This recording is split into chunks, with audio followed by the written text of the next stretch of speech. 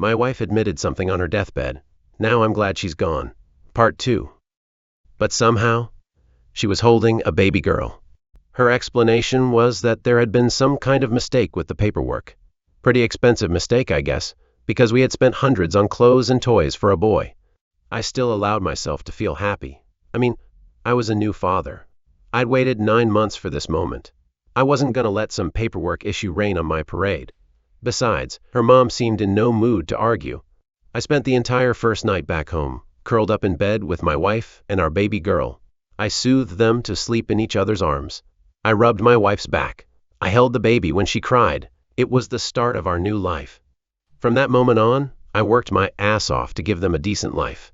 Kept food on the table, kept the lights on in the house. I'd even save up every month for big gifts like jewelry and swing sets. Watching my daughter grow up was one of the most magical experiences of my life.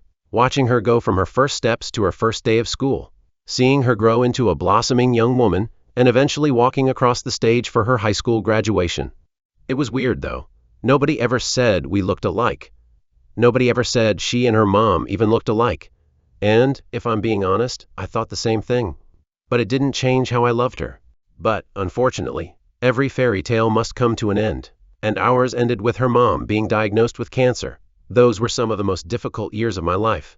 Watching the woman I love lose her appetite, lose her hair, lose her life, it broke something within me. I was by her side every day, right there with my daughter.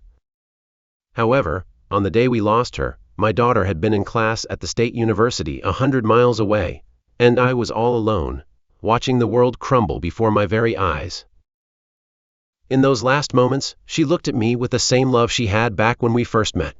Only this time, it was more reminiscent, more sad, like she was realizing that everything was coming to an end. And that's when her face changed. Her smile faded. Her forehead creased. She started sobbing. The words she spoke next are what have sent me over the edge. I've been questioning our relationship, our life, and everything in between ever since. I want to say I was lost, but, truthfully, it made everything make sense.